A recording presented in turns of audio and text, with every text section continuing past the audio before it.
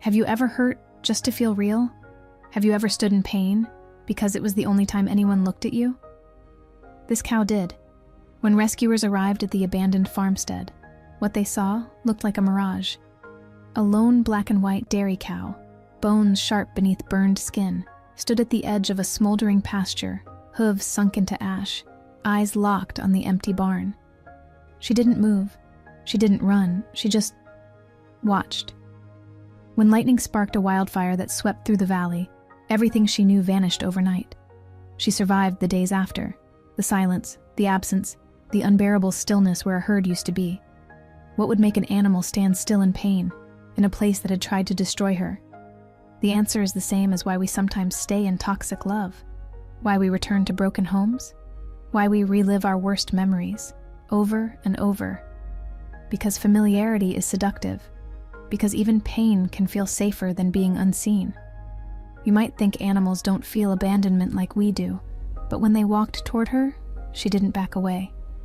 She braced herself, not for rescue, but for more pain. That's what her past had taught her. They say animals don't cry, but they've never seen a cow tremble from the sound of boots. She wasn't scared of people. She was scared of hope. One rescuer, a woman named Lena, knelt and waited, silent, patient, and finally, the cow stepped forward, 1 inch, then 2. Lena's hands shook as she reached out, tears streaking ash on her cheeks. She whispered, "You're safe now," unsure if she believed it herself. The cow laid her head on Lena's lap and closed her eyes. That's when they saw the worst of it. Her ears were burned, her tail blackened, her udders swollen from days of no relief. But she had stayed. Why?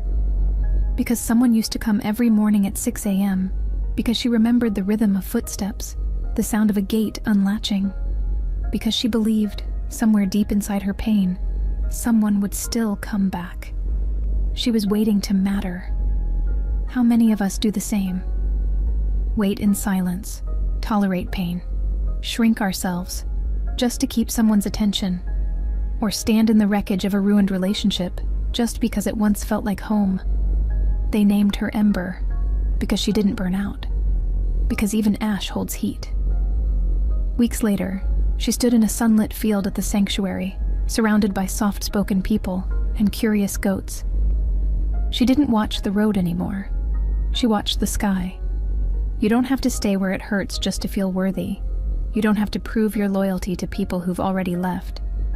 You are allowed to walk away from fire, even if it's all you've known.